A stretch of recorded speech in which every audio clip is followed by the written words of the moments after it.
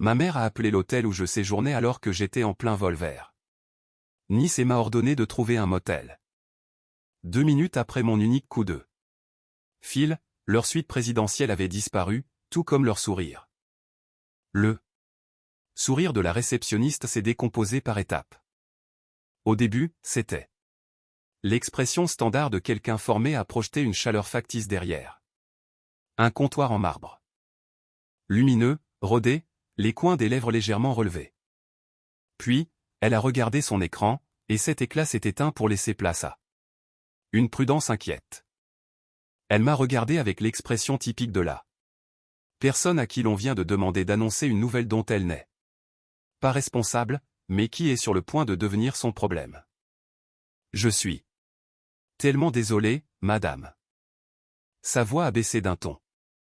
Cette réservation a été annulée hier soir.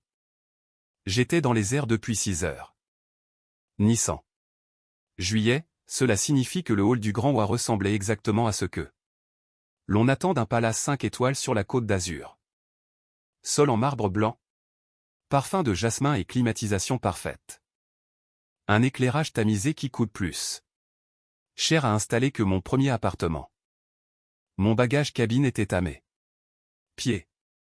Mon cou me faisait souffrir à cause de ce siège central qu'on m'avait imposé alors que ma réservation initiale, côté fenêtre, près de la sortie, avait été mystérieusement réattribuée à l'enregistrement. Je suis resté très immobile. J'avais déjà commencé à comprendre ce qui s'était passé. Il me fallait juste une seconde de plus pour laisser cette compréhension infuser avant de me retourner. Une seconde. Je me suis retourné. Ma sœur, Camille, souriait déjà. C'était le même sourire qu'elle cultivait depuis notre enfance. Lent, tranchant comme une lame, un peu en biais. Le sourire de celle qui sait qu'elle a commis un coup bas et qui attend qu'on lui dise qu'il est irréversible. Les cousins de Bastien sont arrivés de Paris à la dernière minute, a-t-elle dit en agitant la main avec la légèreté de celle qui a déjà clos la conversation dans son esprit. Ils avaient besoin des chambres à l'étage VIP. Tu n'es pas exigeante, Camille. Je me suis dit que ça ne te dérangerait même pas. J'ai ouvert la bouche. Ma mère, Éléonore, a surgi avant que je ne puisse dire un mot, se matérialisant à mon épaule gauche avec la célérité d'une femme qui a passé 30 ans à étouffer les conflits avant qu'ils ne deviennent des scènes. N'ose même pas, a-t-elle sifflé à mon oreille, sa voix couvrant à peine le brouhaha du hall. C'est le week-end des fiançailles de Camille. Ses futurs beaux-parents arrivent dans 1 heure. Tu vas trouver un hôtel bas de gamme près de l'autoroute et tu te débrouilleras. Elle a reculé, me scannant du regard. Avec ce mépris que l'on réserve à ceux qui nous déçoivent. Ma robe bleu marine, mes chaussures plates pratiques, ce bagage cabine que j'avais acheté il y a 3 ans et qui était resté impeccable parce que je prends soin de mes affaires. Peut-être que la prochaine fois, a-t-elle ajouté, sa voix retrouvant sa clarté. De salon mondain, tu apprendras à ne pas humilier cette famille en te présentant dans un 5 étoiles avec l'allure d'une secrétaire fatiguée. Mon père, Richard, se tenait à 2 mètres, son téléphone dans une main, l'autre poignet légèrement tourné pour que sa Rolex accroche la lumière. Il n'a même pas levé les yeux. Ce week-end est pour Camille, a-t-il dit. Pas pour tes et ta dame. Gère ça discrètement. Ils étaient là. Tous. Camille avec son sourire de rasoir. Ma mère avec sa performance de déception, mon père avec sa montre, et Bastien, le fiancé de Camille, que j'avais rencontré 4 fois et dont la caractéristique principale était de n'avoir aucune personnalité. Ils attendaient que mes yeux s'emplissent de larmes. Ils attendaient que je ramasse mon sac pour disparaître par la porte tambour, m'effaçant de ce week-end comme je m'effaçais depuis 31 ans de chaque pièce qui voulait me voir plus petite. J'ai glissé la main dans ma poche. J'ai sorti mon téléphone. Qui appelles-tu? Le rire de ma mère était purement théâtral, destiné au groupe Familial plutôt qu'à moi. Le directeur de l'hôtel, Émilie. Ton père est membre. Fondateur du conseil d'administration. Ces gens travaillent pour nous. Camille. A agrippé le bras de Bastien. Elle fait semblant d'appeler le siège social. Oh. Mon Dieu. Elle s'est tournée vers lui, ravie. Elle croit vraiment qu'elle a du poids ici. C'est gênant. Je n'ai pas quitté le visage de ma mère des yeux. J'ai composé le numéro. Ça a décroché dès la première sonnerie. Marguerite. Ai-je dit. C'est Émilie Parker. Bonjour, Madame Parker, a répondu Marguerite Chen, vice-présidente des relations clients du groupe hôtelier WA. Pacifique, d'une voix nette et sans cérémonie. Comment puis-je vous aider? Veuillez annuler tous les privilèges exécutifs rattachés au compte principal de Richard Parker. Chaque chambre, chaque service gracieux, chaque autorisation de bar, suspension globale avec effet immédiat. Entendu, Mademoiselle Parker. J'exécute maintenant. Merci, Marguerite. J'ai raccroché. Le hall n'était pas silencieux. Des halls de cette taille ne le sont jamais. Mais le cercle immédiat autour de nous s'était figé. Ce silence qui s'installe quand les gens alentour décident que ce qu'ils voient vaut bien le coût social de fixer. Mon père a baissé son téléphone. Puis il a ri. C'était le rire qu'il utilisait en conseil d'administration quand un jeune associé disait quelque chose qu'il trouvait à la fois faux et distrayant. Le rire d'un homme qui a confondu l'épaisseur de son portefeuille avec celle de son armure. Jolie tentative, ma chérie. Il a marché jusqu'à la réception avec l'assurance d'un homme à qui personne n'a jamais dit non dans un hôtel. Il a claqué sa carte VIP en métal. Noir sur le marbre. Fort. Le son était net. Ignorez-la, a-t-il lancé à la réceptionniste. La suite présidentielle, les 4 chambres communicantes. Le champagne à l'arrivée.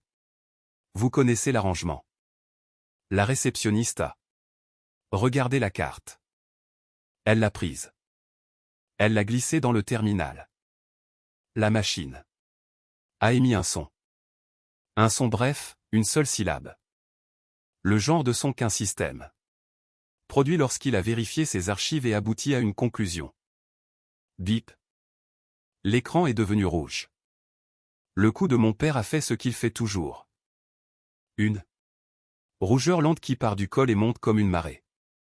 Passez-la encore. A-t-il ordonné. Elle l'a fait. Bip. Rouge. Je suis tellement désolé, monsieur Parker.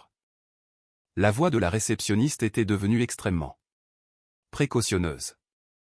Le système indique que ce compte est globalement suspendu. La machine est en panne. Il a plaqué ses 2 paumes sur le comptoir. Passez-la manuellement. Vous savez qui je suis. La porte en verre dépoli. Derrière la réception s'est ouverte. Le directeur général est sorti. Avant de vous dire ce qui s'est passé ensuite, je dois revenir en arrière. Parce que ce hall était la fin d'une histoire, pas le début. Et si je commence par là, vous ne comprendrez pas pourquoi le refus de la carte était significatif, ni pourquoi j'étais prête quand c'est arrivé. Je m'appelle Émilie Parker. J'ai 31 ans. J'ai un master en gestion hôtelière de Cornell, ce que mon père a décrit lors de mon dîner de remise des diplômes comme un choix très pragmatique pour quelqu'un qui ne veut pas être dans la pièce où se prennent les vraies décisions. J'ai travaillé ces 4 dernières années comme gestionnaire d'actifs seniors dans une société d'investissement hôtelier. Le genre de société qui n'a pas de nom grand public, mais qui possède, via des structures de holding, des parts significatives dans 14 hôtels de luxe à travers la France et à l'international. Je vous parle de mon métier parce qu'il est pertinent d'une manière qu'aucun membre de ma famille n'avait pris la peine de vérifier. Ma grand-mère s'appelait Viviane Parker. Elle avait 83 ans. Lorsqu'elle est décédée en avril, lucide jusqu'au dernier mois avec cette clarté précise d'une femme qui avait observé sa famille très attentivement pendant très longtemps et avait formé des opinions qu'elle gardait pour elle jusqu'à ce. Quel est le véhicule approprié pour les exprimer? Ce véhicule, c'était son héritage. En 1987, Viviane Parker avait investi dans une petite chaîne hôtelière française sur le conseil d'une amie avec qui elle jouait au bridge. Cette amie est décédée depuis. L'investissement, lui, ne l'a pas fait. 36 ans de croissance composée, de dividendes réinvestis et de deux acquisitions stratégiques plus tard, la part initiale de Viviane était devenue une participation majoritaire de 51% dans le groupe hôtelier WA Pacific, la holding qui possédait, parmi 10 autres propriétés, le Grand Wa. Où je me trouvais avec une réservation annulée et un sac de voyage. Mon père était au courant pour les parts. Il l'avait toujours été. Il a toujours supposé qu'elle lui reviendrait avec la certitude confortable d'un homme qui a été la personne la plus bruyante dans chaque pièce de sa vie et qui confond volume et héritage. Ce qu'il ne savait pas, ce qu'aucun d'entre eux ne savait, c'était ce que l'avocate de Viviane avait déposé au tribunal le 14 juillet à 9h14.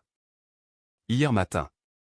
Alors que je faisais ma valise, je l'ai appris à 9h47 lorsque l'avocate, une femme nommée Carole Fujimoto, 31 ans de droit des successions à Paris, qui gérait les affaires de Viviane depuis 9 ans, m'a appelé sur mon portable.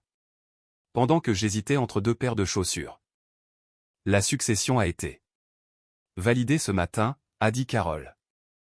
À partir de maintenant, la part de contrôle de 51% du groupe WA Pacific vous revient. Je vous envoie les documents par email.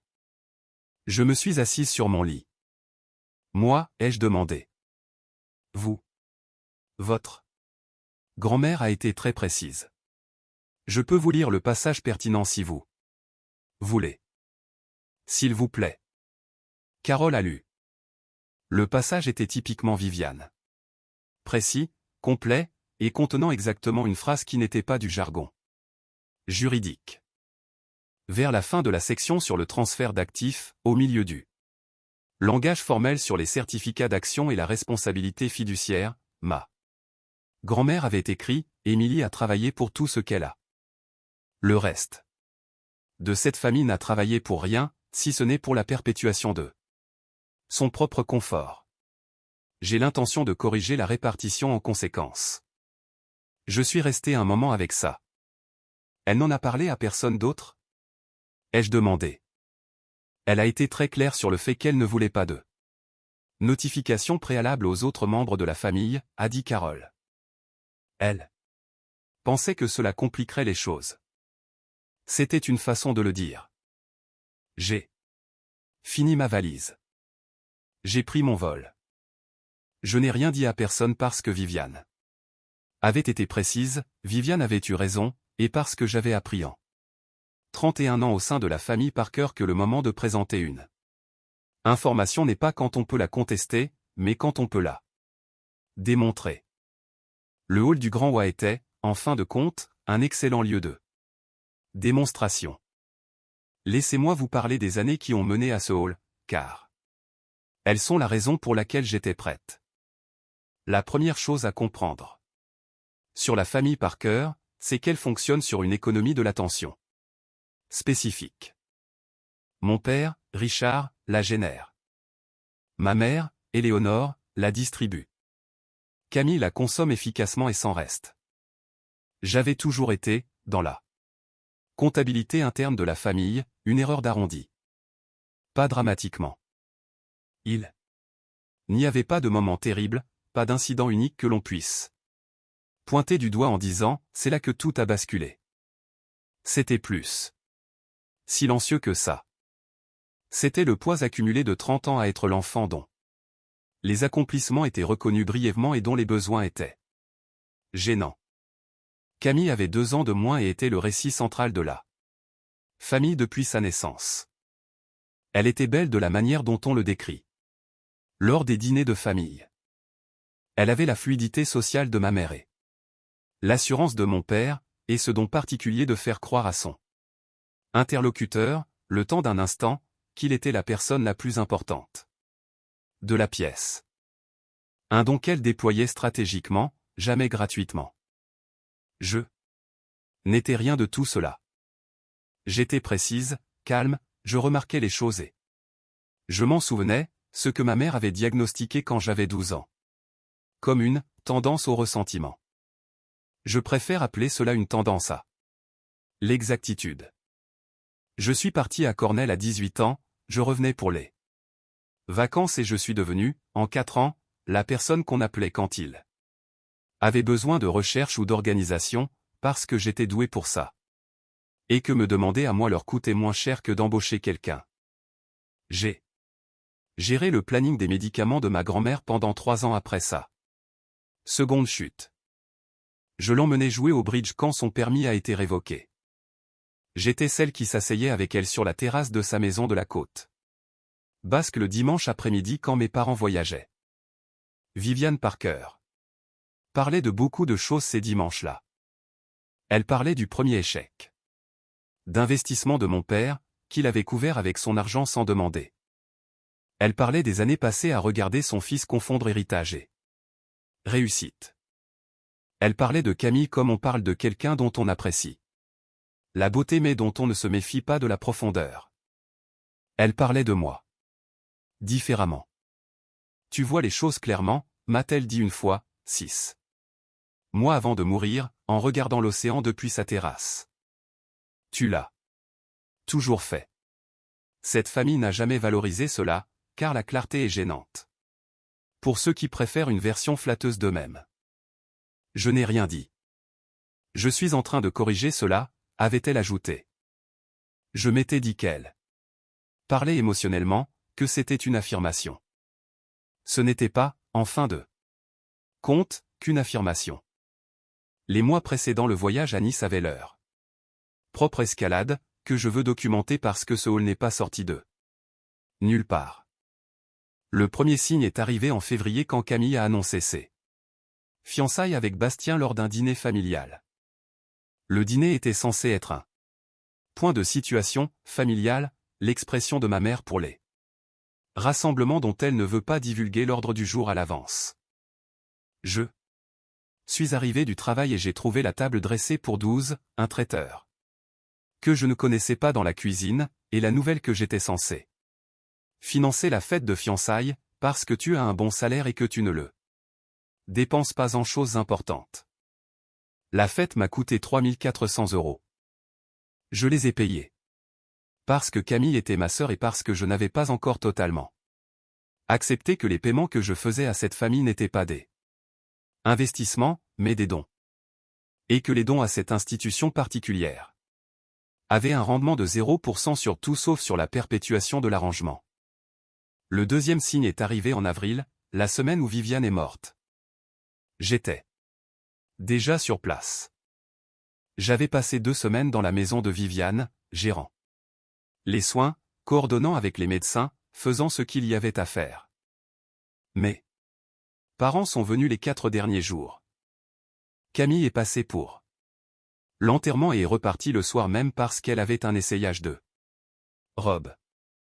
À la réception après le service, ma mère a dit à 3 personnes différentes que Viviane avait été, très proche de Camille ces dernières années.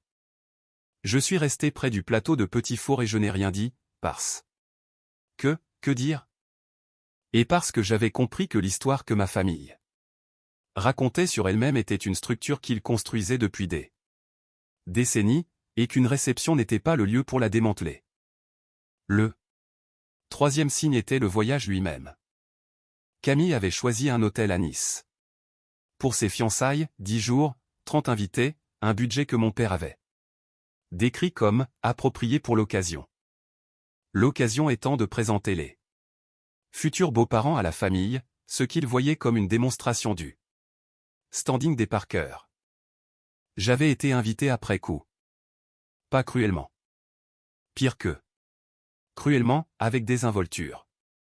Un SMS de Camille un mardi soir, maman dit que tu devrais venir. Évidemment, tu devras réserver ta chambre toi-même. Le Bloc est presque complet. J'ai réservé ma chambre. 5 nuits, vue mer, 100 €. Par nuit. Coût total 5500 € sur ma carte personnelle, parce que j'étais une Parker et que le Grand Oie était une propriété du groupe. Et je n'ai pas révélé ce lien parce qu'il ne semblait pas encore pertinent. Puis j'ai reçu l'appel de Carole Fujimoto le matin du 14 juillet, et la pertinence, en fin de compte, allait devenir le thème central du week-end. Le directeur général s'appelait James Kahanui. Il gérait le Grand Oie depuis 11 ans, connaissait parfaitement la structure de holding et avait reçu un email du siège à 10h23, 2h avant mon arrivée, l'informant que le contrôle avait changé et que la nouvelle actionnaire majoritaire, Emily Parker, arrivait et devait être traitée en conséquence. Il est sorti de la porte en verre dépoli avec l'assurance tranquille d'un homme qui sait exactement ce qu'il va faire. Il a balayé le hall. Il m'a trouvé. Il m'a fait un signe de tête lent et précis, le signe d'un employé reconnaissant quelqu'un qui signe désormais ses évaluations de performance, puis il s'est tourné vers mon père.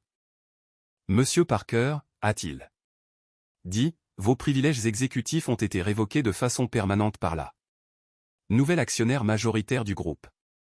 La suite présidentielle et les 4 chambres communicantes ont été annulées dès cet après-midi.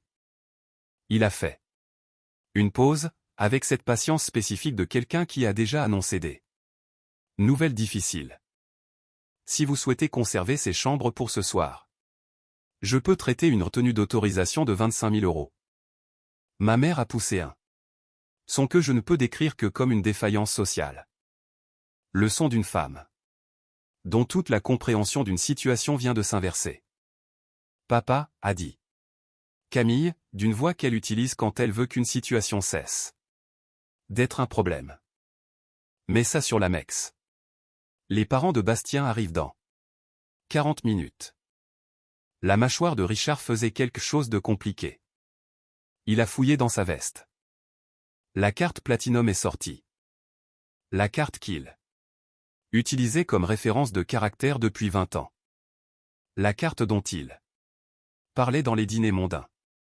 La carte qui, je le savais par Carole Fujimoto, avait 3 mois de retard sur un solde de 340 000 €. Il l'a tendu à la réceptionniste. Elle l'a traité. La machine a tourné pendant 3 secondes. Un bip. Elle a rendu la carte sans un mot. Refusé, a dit James Kahanui. Doucement. Fonds insuffisant. Le son que ma mère a produit alors n'était pas un mot. Ce n'était pas une phrase. C'était quelque chose qui est parti de ça.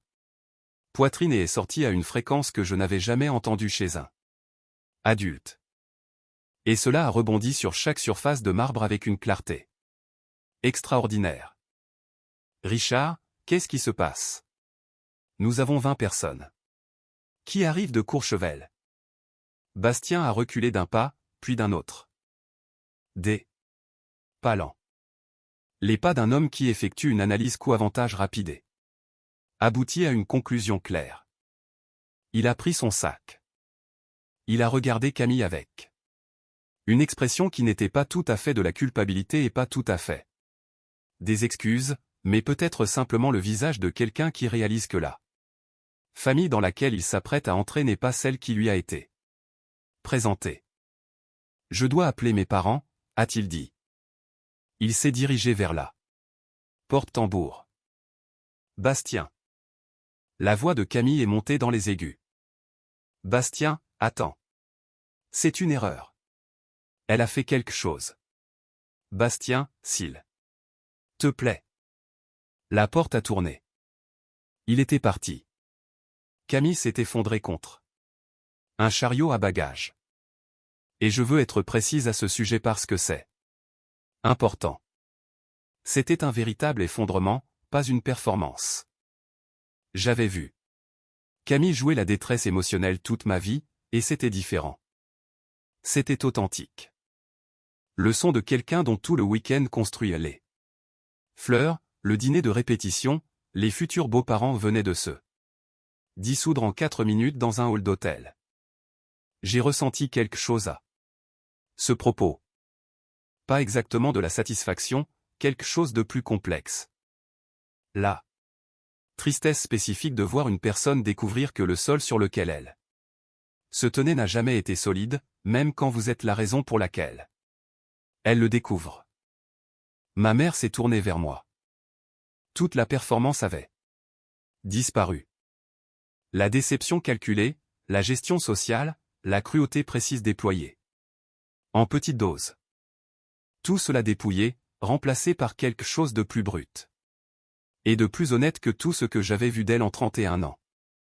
Émilie, sa voix a craqué. S'il te plaît, nous sommes ta famille. Nous n'avons nulle part où aller.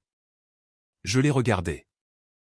J'ai pensé au sourire de la réceptionniste qui se décomposait, au motel qu'elle m'avait dit de trouver, aux 6 heures dans l'avion et au siège du milieu, au bagage cabine qu'elle avait regardé comme une preuve de mon échec. Peut-être que la prochaine fois, tu apprendras à ne pas humilier cette famille, avais-je dit. Le testament de grand-mère a été validé hier matin, ai-je dit. Elle a légué sa part de contrôle de 51% du groupe WA Pacifique à la seule personne de cette famille qui travaille réellement pour gagner sa vie. Les mains de ma mère étaient toujours tendues vers moi. Je les ai regardées. Tu m'as dit de me débrouiller, maman? Ai-je dit. Je suggère que tu suives tes propres conseils. Je me suis tourné vers la réceptionniste. Je lui ai donné mon nom. Elle a consulté son écran, et ce qu'elle y a vu a modifié sa posture. Elle m'a tendu une carte magnétique et a dit « Bienvenue de nouveau, mademoiselle Parker. Nous vous avons installé. Dans la suite vue mère. James va vous accompagner personnellement. » J'ai ramassé mon sac. Derrière moi, j'ai entendu la sécurité arriver. 2 membres de l'équipe des relations clients, formés à l'art spécifique de gérer les situations devenues des scènes. J'ai entendu mon père dire quelque chose à propos d'avocat. J'ai entendu Camille prononcer le nom de Bastien 2 fois 2. Plus dans un téléphone qui ne semblait pas capter. J'ai marché vers l'ascenseur. James Kahanui m'a emboîté le pas, mesuré et calme. Les instructions de votre grand-mère étaient exhaustives, a-t-il dit. Elle anticipait que la transition pourrait être complexe. Elle anticipait la plupart des choses. Ai-je répondu. Elle a laissé une lettre. Pour vous, au bureau de la direction, quand vous voudrez la recevoir.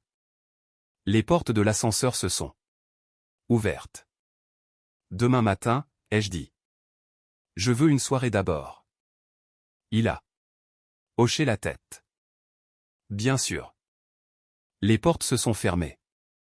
Le bruit du hall, la voix de ma mère, celle de mon père, celle de Camille sont soudainement devenues complètement silencieux. L'ascenseur s'est élevé à travers un bâtiment que ma grand-mère possédait depuis 1987, et qu'elle m'avait laissé parce qu'elle m'avait observé attentivement pendant 31 ans, et avait décidé, sans cérémonie, que je l'avais mérité. J'ai lu la lettre sur la terrasse de la suite. Le lendemain matin, avec un café commandé à 7 heures et le silence spécifique du Pacifique avant que le service de jour n'arrive. James l'avait livré dans une petite enveloppe crème avec mon nom écrit au recto de l'écriture de Viviane. L'écriture anguleuse et sans hâte d'une femme qui avait appris la calligraphie avant qu'elle ne devienne optionnelle. La lettre faisait 3 paragraphes. Je ne vais pas la reproduire entièrement, car certaines choses appartiennent uniquement aux personnes pour qui elles ont été écrites. Mais je vous dirai la dernière ligne, parce que c'est celle que je lis chaque matin depuis et c'est celle qui vous dit tout ce qu'il faut savoir sur Viviane Parker. Je ne t'ai pas laissé cela parce que j'avais pitié de toi. Je t'ai laissé cela parce que tu es la seule d'entre nous qui a compris que les choses qui valent la peine d'être possédées sont celles que l'on construit soi-même. Tout le reste n'est qu'une architecture temporaire. La suite a été spécifique, et, comme pour toutes les conséquences réelles, un peu moins dramatique que le moment qui l'a précédé.